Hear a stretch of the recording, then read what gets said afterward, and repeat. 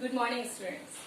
I hope आप सभी अपने अपने घर में सुरक्षित और सेफ होंगे। स्टूडेंट्स, आप लोगों की आपको पता है जैसे कि आप लोगों की छुट्टियां चल रही थी एग्जाम्स की वजह से और आपका वापस से स्कूल ओपन हुआ है, आपके वीडियोस आपके पास आएंगे। तो हमारा जो चैप्टर चल रहा था वो था सिल्वर वेडिंग। आपकी जो वितान बुक थी वो आपको पता है आपको कंप्लीट नहीं हो पाया था क्योंकि बीच में एग्जाम्स की वजह से छुट्टियां आ गई थी। तो हम अपना सिल्वर जो वेडिंग चैप्टर है उसको कंप्लीट करेंगे। तो आइए आज हम अपना सिल्वर वेडिंग जो चैप्टर है कंप्लीट करेंगे। स्टूडेंट्स, मैंने आपको उसमें थोड़ा सा आपको समझा भी दिया था कि आपको यशोधर बाबू जो थे वो किस तरह से ऑफिस में काम करते थे, उनका व्यवहार कैसा था, उनकी पत्नी और उनके बच्चे आधुनिक रूप से मॉडर्न रूप में थे और उनके जो मित्र थे वो भी किस तरह से थे।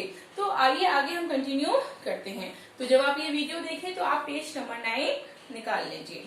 देखिए पेज नंबर 9। सुनने लगे मगर व्याख्या में जनानंद शब्द जो सुनाई पड़ा तो उन्हें अपने जीजा जनानंद जोशी की याद आई। देखिए लास्ट में आपको समझाया था कि वो जब मंदिर जाते हैं, मंदिर में उनका मन नहीं लगता, भजन कीर्तन में उनका मन अंदर से व्याकुल हो रहा होता है, वो परेशान हो रहे होते हैं। तो लास्ट मैंने बताया था यशोधर बाबू ने फिर अपने को झिड़का कि ये क्या हुआ, मन को समझाने में फिर भटक गए और गीता महिमा सुनने लगे। कई बार हम लोगों का मन नहीं लगता है, हम भले भजन सुन रहे हो, ईश्वर की प्रार्थना कर रहे हो, हमारा मन कहीं और ही लगा रहता है, हमारा ध्यान भटक जाता है। तो उन्होंने अपने आप को फटकारते हुए कहा कि मेरा मन क्यों नहीं लग रहा, उसका क्या रीजन है। तो आइए आगे कंटिन्यू करते हैं। उन्होंने कहा कि जो जनानंद शब्द सुनाई पड़ा तो उन्हें अपने जीजा जनानंद जोशी की याद आ गई। उनके जो जीजा जी थे उनका नाम भी जनार्दन था और जनानंद शब्द वो सुन रहे थे जब उनके प्रवचन सुन रहे थे, उसमें ये शब्द उनको सुनाई दिया। फिर उन्होंने सोचा परसों ही कार्ड आया है कि उनकी तबीयत खराब है। यशोधर बाबू सोचने लगे कि जीजा जी का हाल पूछने अहमदाबाद ही जाना होगा। जैसा कि बहुत पुराने समय की बात है, आपको पता है कि किसी की तबीयत खराब है, कोई अर्जेंट है तो तार वगैरह आता है, चिट्ठी वगैरह आती है, पत्र आते हैं। इसी तरह उनके पास एक पत्र आया जिसमें लिखा हुआ था तो उनके जो जीजा हैं जो अहमदाबाद में रहते हैं उनकी तबीयत खराब हो गई है। ऐसा सोचते ही उन्हें ये ख्याल भी आया कि प्रस्ताव उनकी पत्नी और बच्चों को पसंद नहीं आएगा। उन्होंने सोचा जब मैं अपनी पत्नी और बच्चों को ये बात बताऊंगा कि मेरे जीजा की तबीयत खराब है तो वो शायद आनाकानी करेंगी वहां जाने आने में और नखरे दिखाएंगी। सारा संयुक्त परिवार बिखर गया है। पत्नी और बच्चों की धारणा है कि इस बिखरे परिवार के प्रति यशोधरा जी की एक तरफा लगाव आर्थिक दृष्टि से सर्वथा मूर्खतापूर्ण है। उनको ऐसा लगता है कि उनकी पत्नी ऐसा सोचती है उनके बारे में कि जब हमारा परिवार पहले संयुक्त था लेकिन सब अलग अलग हो चुके हैं तो जाहिर सी बात है किसी को किसी से कोई लेना देना नहीं है, कोई मतलब नहीं है, तो फिर हम ही क्यों उनके यहाँ जाए, उनको देखने के लिए जाए। यशोधरा जी खुशी गम के हर मौके पर रिश्तेदारों के यहाँ जाना जरूरी समझते हैं। वह चाहते हैं कि बच्चे भी पारिवारिकता के प्रति उत्साही हो। बच्चे क्रुद्ध ही होते हैं। वो अभी उस दिन हद हो गई। कमाऊ बेटे ने ये कह दिया कि आपको बुआ को भेजने के लिए पैसे तो मैं नहीं दूंगा। यशोधर बाबू को कहना पड़ा कि अभी तुम्हारे भाभी इतनी साख है तो 100 रुपए उधार ले सके। यानी कि वो ये समझाना चाहते थे कि हमारा जो कल्चर है, हमारी जो संस्कृति है, बड़ों के प्रति हमारे जो कर्तव्य हैं वो कैसे हैं। तो वो चाहते थे उनके जो बच्चे हैं, उनकी जो पत्नी है, उनके परिवार के जो सदस्य हैं, रिश्तेदार हैं, उनके प्रति लगाव रखें। लेकिन जैसे जैसे बच्चे बढ़ते जा रहे थे उनका लगाव बढ़ता जा रहा था, बड़े होते जा रहे थे, मॉडर्न बनते जा रहे थे, कहीं ना कहीं वो अपने रिश्तों से दूरियां बना के रख रहे थे। उनके पिता ने कहा कि मुझे 100 रुपए चाहिए ताकि बुआ को भेज सकूं, तो उनके बेटे ने कहा जो कमाते थे कि नहीं, मैं आपको 100 रुपए नहीं दे सकता हूँ। इस वजह से उन्होंने कहा ठीक है, आपके पिता हूं मैं, तुम्हें कहीं से भी पैसे उधार ले सकता हूँ। यशोधर जी का नारा है हमारा तो सैफ ही ऐसा देखा ठहरा हमें। इसका मतलब होता है साहब का बोलचाल में प्रयुक्त रूप, साहब करके बोलना जो है कि मेरा तो रुतबा ही ऐसा है कि लोग मुझे साहब कहकर पुकारते हो। जाहिर सी बात में किसी से भी पैसे मांगूंगा तो मुझे पैसे मिल जाएंगे। हमें तो ये परंपरा विरासत में मिली है। इसी नारे से उनकी पत्नी बहुत चिढ़ती हैं। पत्नी का कहना है कि और सही कहना है कि यशोधर जी का स्वयं का देखा हुआ कुछ नहीं है। माँ के मर जाने के बाद छोटी सी उम्र में वे गांव छोड़कर अपनी विधवा बुआ के पास अल्मोड़ा आ गए थे। बुआ को कोई ऐसा लंबा चौड़ा परिवार तो नहीं था और ना ही यशोधर जी कुछ देखते और परंपरा के रंग में रखते। मैट्रिक पास करते ही वे दिल्ली आ गए और यहाँ रहे कुंवारे कृष्णानंद जी के साथ। कुंवारे की गृहस्थी में देखने को होता क्या है। पत्नी आग्रह पूर्वक कहती है कि कुछ नहीं, तुम अपने उन किशनदा के मुंह से सुनी सुनाई बातों को अपनी आंखें देखी याद बना डालती हो। किशनदा का जो मालूम भी नहीं था वह उनको पुराने गवई लोगों से सीखा हुआ ठहरा है। दिल्ली आकर उन्होंने घर परिवार तो बसाया नहीं जो जान पाते कि कौन से रिवाज निभा सकते हैं, कौन से नहीं। पत्नी का कहना है कि किशनदा तो थे ही जन्म के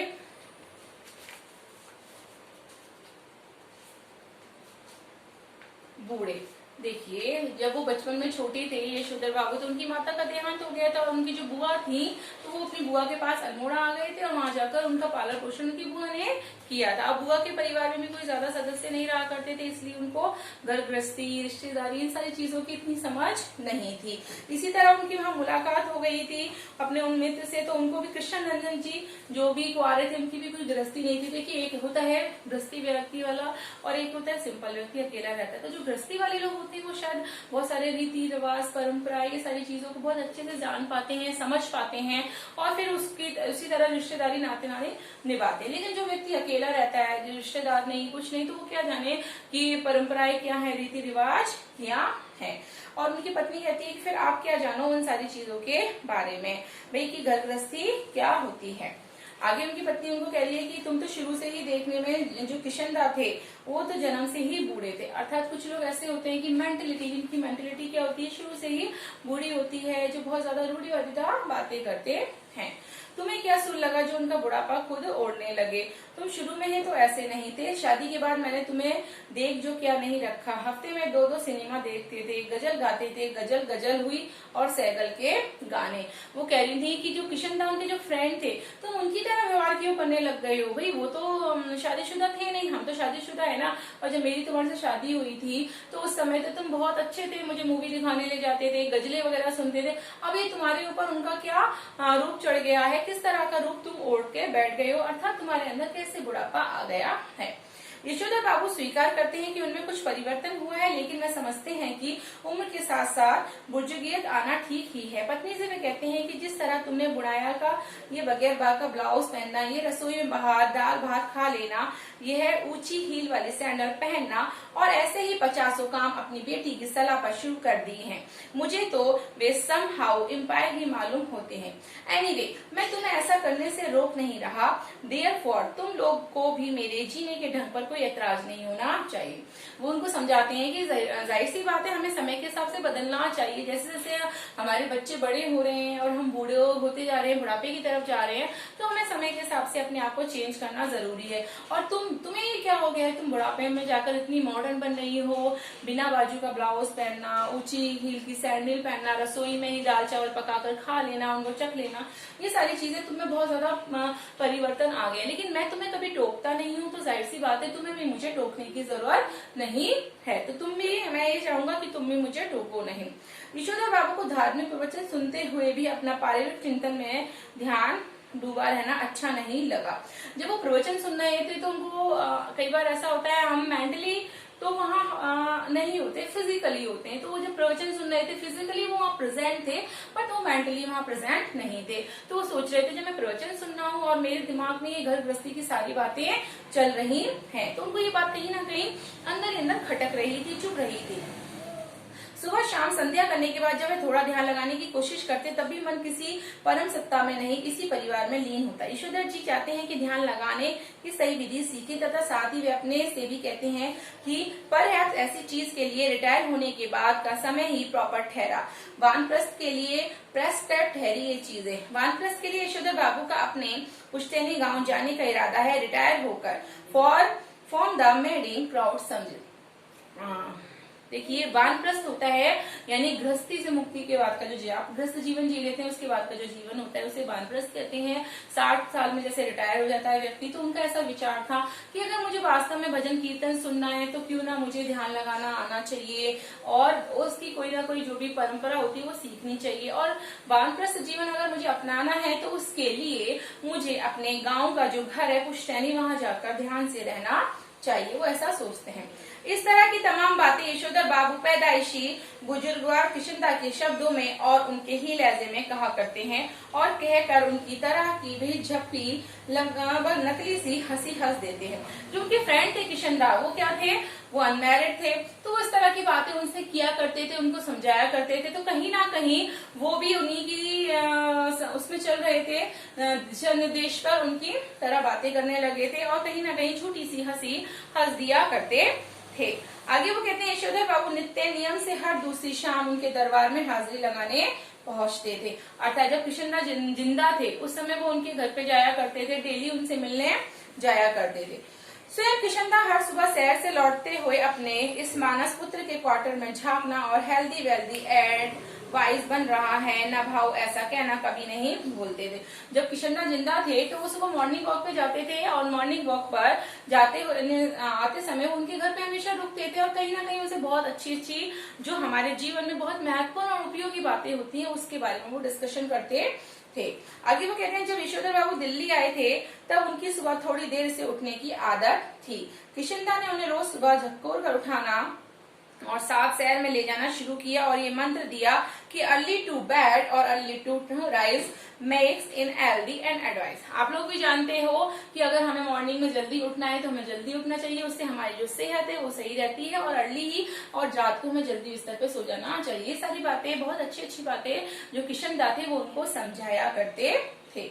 आगे वो कहते हैं जब यशोधर बाबू अलग क्वार्टर में रहने लगे और अपनी गृहस्थी में डूब गए तब भी किशनदा ने ये देखते रहना जरूरी समझा कि भाव यानी बच्चा सवेरे जल्दी उठता है कि नहीं।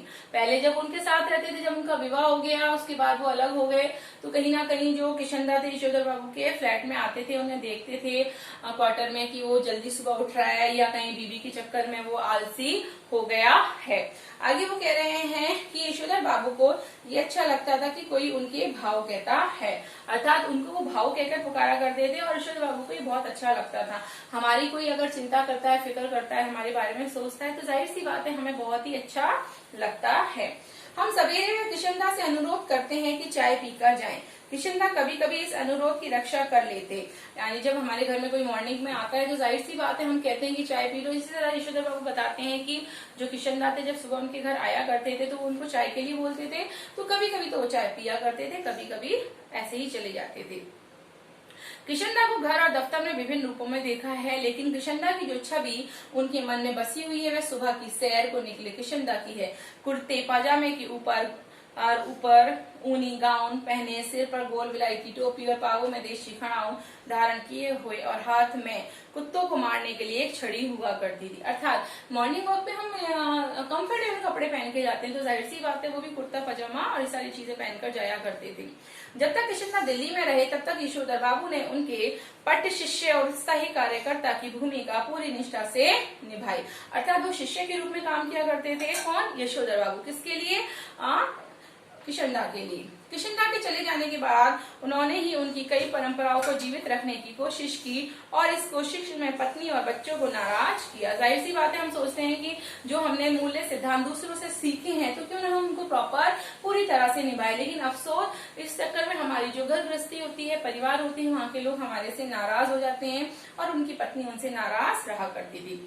घर में होली गवाना, जौनों पीने के दिन सब कुमानियों के जनेऊ बदलने के लिए अपने घर में आमंत्रित करना, रामलीला की तालीम के लिए क्वार्टर का एक कमरा दे देना, ये और ऐसे कई बहुत सारे काम थे जो किशनदा की विरासत में लिए थे। अर्थात आस पड़ोस में कोई सांस्कृतिक कार्यक्रम हो रहा है उसमें जाना, सपोर्ट करना, बहुत सारी ऐसी बातें हैं तो उन सारी चीजों के लिए वो कहीं ना कहीं उनको कहा करते थे और वो सारी बातें माना करते थे।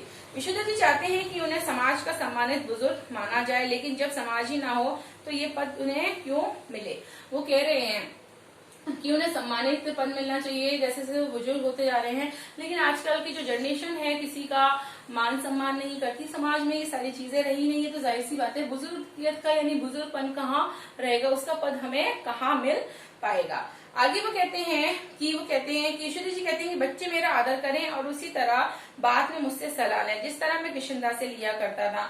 यशोधर बाबू डेमोक्रेट बाबू है और हरगिज ये दुराग्रह नहीं करना चाहते कि बच्चे उनके कहें और पत्थर की लकीर समझे। लेकिन ये भी क्या हुआ, पूछा ना ताछा, जिसके मन में जैसा आया करता। ग्रांटेड तुम्हारी नॉलेज ज्यादा होगी लेकिन एक्सपीरियंस का कोई सब्स्टिट्यूट ठहरा नहीं बेटा। मानो ना मानो झूठे मुंह से सही, एक बार तो पूछ लिया करो, ऐसा कहते हैं यशोधर बाबू और सच्ची बातें यही उत्तर देते हैं। बब्बा आप तो हद करते हैं, जो बात आप जानते हैं वो हमसे आपसे क्यों पूछें। वो ऐसा सोचते थे कि जैसे आजकल की जो जनरेशन है कहीं ना कहीं हम लोगों को परेशान देख के हमसे बातें नहीं करती है। हमारे पास बहुत एक्सपीरियंस होता है लाइफ का, तो अगर आपको कोई काम है, परेशानियां हैं, वो हमसे पूछे। अगर आपको कोई काम करना है तो जाहिर सी बात है आपको हमसे उस काम के बारे में सलाह मशूरा करना चाहिए, हमसे कोई ना कोई बात आपको करनी चाहिए। लेकिन उनके बच्चे कहते हैं कि जिस बात के बारे में, कोई भी काम है, हमें उसके बारे में पूरी तरह से अगर नॉलेज है तो फिर हम आपसे वो सारी बातें क्यों पूछें। लेकिन उनको ऐसा लगता था कि क्या कहीं ना कहीं हमारी इंसल्टिंग हो रही है और बच्चे कहीं ना कहीं हमारा आदर भाव नहीं करते। तो जाहिर सी बात है वो ऐसा मानते हैं और जरूरी भी है कि बच्चों को अगर कोई काम करना है तो अपने पेरेंट्स से जरूर ना कोई एडवाइस जरूर लेनी चाहिए। तो स्टूडेंट्स ये था हमारा आज तक का चैप्टर। हम कल इस चैप्टर को कंटिन्यू करेंगे। Thank you.